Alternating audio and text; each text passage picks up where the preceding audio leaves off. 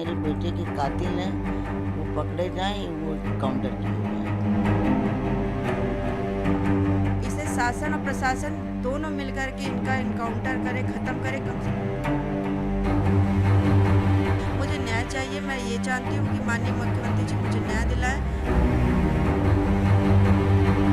इंसाफ को तो भरोसा है, सापा सरकार होती तो भरोसा ना होता। दिवंगत उमेश पाल की पत्नी और माताजी हमारे साथ हैं। माताजी, आज आपने सुना होगा अतीक अहमद को दोबारा पूछताछ के लिए अब प्रयागराज लाया जा रहा है। पुलिस टीम पहुंच गई है और लेकर रवाना हो गई है। इंसाफ की जो लड़ाई आपकी है उसमें बड़ी चीज़ मानती हैं कि अब प्रयागराज वापस लाया जा रहा है अतीक अहमद को?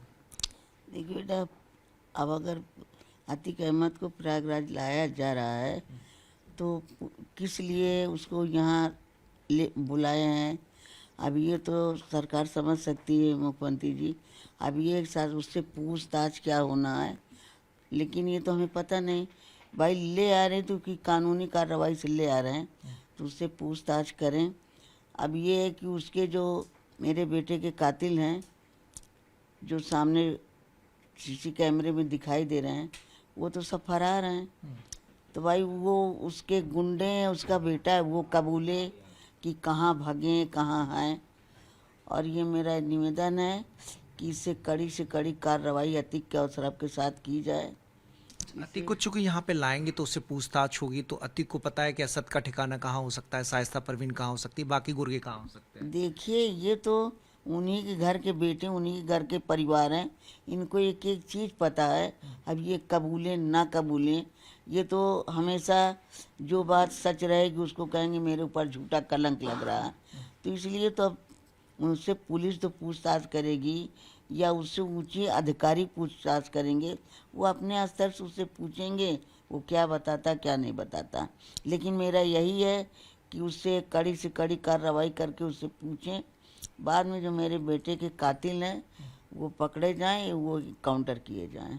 अच्छा जय जी, आपको क्या लगता है, क्योंकि पहले एक दौर हुआ करता था कि पुलिस भी मिली रहती थी, पुलिस संरक्षण दिया करती थी अतीक अहमद को जबकि कार्रवाई होनी चाहिए थी उस पर, लेकिन अब तो दौर बदला है। अब तो लिस्ट तैयार हुई है कि कौन कौन अफसर थे जो अतीक अहमद की मदद किया करते थे। तो ऐसे में अब आपको लगता नहीं कि न्याय पाना ज़्यादा आसान हो गया पहले की तुलना में? नहीं, ये सब माननीय मुख्यमंत्री योगी आदित्यनाथ जी की वजह से ही है। और आज भाजपा की पार्टी यानी उत्तर प्रदेश में है, तो मैं ये मान रही हूँ कि उन्होंने जो अब तक की कार्रवाई किया है बहुत अच्छा किया है, क्योंकि उस कार्रवाई में कहीं ना कहीं हस्तक्षेप हो रहा था जो आज तक लोग पकड़े नहीं जा रहे थे, जिनका साक्ष्य नहीं मिल रहा था। आज साक्ष्य सबके सामने उपस्थित हो रहा है। सब आज जनसभा सभी जान रहे हैं कि हाँ, ये आतिक अहमद का जो क्या में अपराध है किस तरह से छुपा हुआ था, आज सबके सामने जाहिर हो रहा है। सबके सामने वो कार्रवाई भी हो रही है। सबके सामने कार्रवाई भी हो रही है, और कार्रवाई ऐसी होनी चाहिए कि मिसाल हो कि अगला कोई अतीक अहमद पैदा ना होने पाए। साम्राज्य ऐसा बनना चाहिए कि एकदम स्वच्छ और सुंदर हो, कि कम से कम आदमी ये कहे कि हम इस देश के और इस भारत के वासी हैं। हमें कोई खौफ नहीं, कोई भय नहीं है। कोई खौफ नहीं आपको कर लगता रहा है कि अतीक को अब यहाँ पे ला रहे हैं तो ये आपकी एक जीत है कि भाई जो अतीक साबरमती जेल में सुरक्षित था अब यहाँ आएगा, पूछताछ होगी, वो सारे वो सारे सवालों के जवाब मिल सकेंगे कि कैसे साजिश बनी, कैसे किसको क्या जिम्मेदारी दी गई। देखिए, वो तो अपने आप को कहेगा कि मैं कुछ नहीं किया, मैंने कुछ किया ही नहीं है। अब तो मैं 4 साल का विधायक रहा, 1 साल का सांसद रहा, वो उसका डायलॉग तो है ही है, और आज का वो है भी नहीं, वो सब जान रहे हैं। और क्या नाम, वो अपने आप को स्वच्छ बताएगा कि मैं सही हूँ।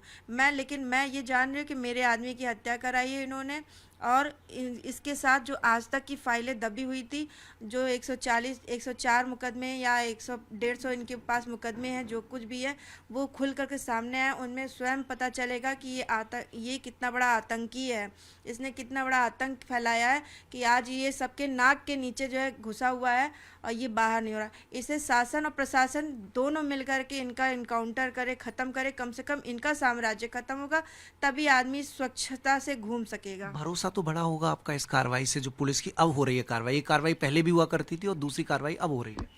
ये पहले का शासन कुछ था, अब का शासन कुछ और है। मैं वही मांग करूँगी कि जो यानी आदमी स्वच्छता से घूम सके, बस इसी चीज़ के लिए मुझे न्याय चाहिए। मैं ये चाहती हूँ कि माननीय मुख्यमंत्री जी मुझे न्याय दिलाएं। शासन प्रशासन से भी मैं मांग करूँगी कि इन्हें जिंदा ना छोड़ा जाए। अच्छा जया जी, एक चीज़ बताइए कि हमने देखा मायावती ने कल इनकार कर दिया कि भाई अतीक और उसके परिवार के किसी को टिकट नहीं दिया जाएगा। हालांकि पार्टी में शाइस्ता परवीन अभी भी बनी हुई, तो राजनीतिक संरक्षण जो राजनीतिक ताकत हासिल करता रहा अतीक अहमद, कुछ राजनीतिक दल हैं अभी भी उससे ताकत दे रहे हैं।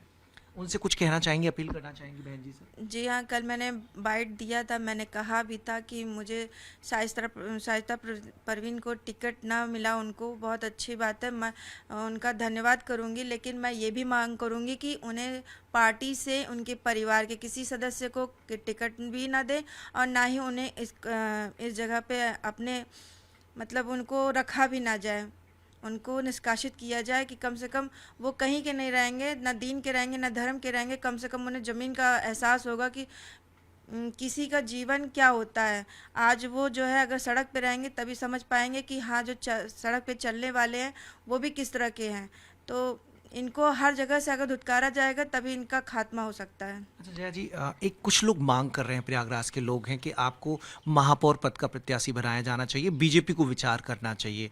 तो अगर इस तरह की कोई चीज़ें बनती हैं तो आपका क्या रुख रहेगा? क्या आपको लगता है कि आपको अपने पति के इंसाफ की लड़ाई के लिए सियासत में आना चाहिए, महापौर का चुनाव लड़ना चाहिए? देखिए मैं फिर से कह रही हूँ कि मुझे न्याय चाहिए। बाबा जी मुझे न्याय दिलाएं, मैं मांग कर रही हूँ उनसे। और मैं अभी इस चीज़ों के लिए सोचा भी नहीं, मैंने सिर्फ यही मांग करती हूँ कि मुझे न्याय चाहिए, मुझे मेरे आदमी की हत्यारों को सज़ा दिलाई जाए, उन्हें ख़त्म किया जाए। और मेरे अलावा भी अन्य लोग जो आज आप बाइट नहीं ले पा रहे हैं, मेरे 2 बिना मतलब के जो सिपाही ख़त्म हुए हैं और उनकी जो घर परिवार के लोग हैं उनका भी कुछ नहीं हुआ है। पीड़ित लोगों की एक बड़ी लंबी फहरिस्त है। हाँ, तो मैं उन सब की तरफ से अपील यही करूँगी कि ये जो आदमी है इन्हें ख़त्म किया जाए। मैं इस चीज़ के लिए मांग करूँगी। राजनीति में आने का कोई इरादा कि जिससे लगता है कि आप लोगों की मदद कर पाएं और जो वाकई जिन लोगों को इंसाफ की ज़रूरत है, जिनका जिक्र आप भी कर रही हैं, उनको इंसाफ दिला पाएं? देखिए ये सब चीज़ मैं बाबा जी पे छोड़ दिया, वो जो न्याय करेंगे वो सब कुछ अच्छा है, संतुष्ट हूँ। लेकिन मुझे पहले न्याय मुझे मिलना चाहिए, मेरे पति के हत्यारों को सज़ा दिलवानी है, मैं ये चाह रही हूँ।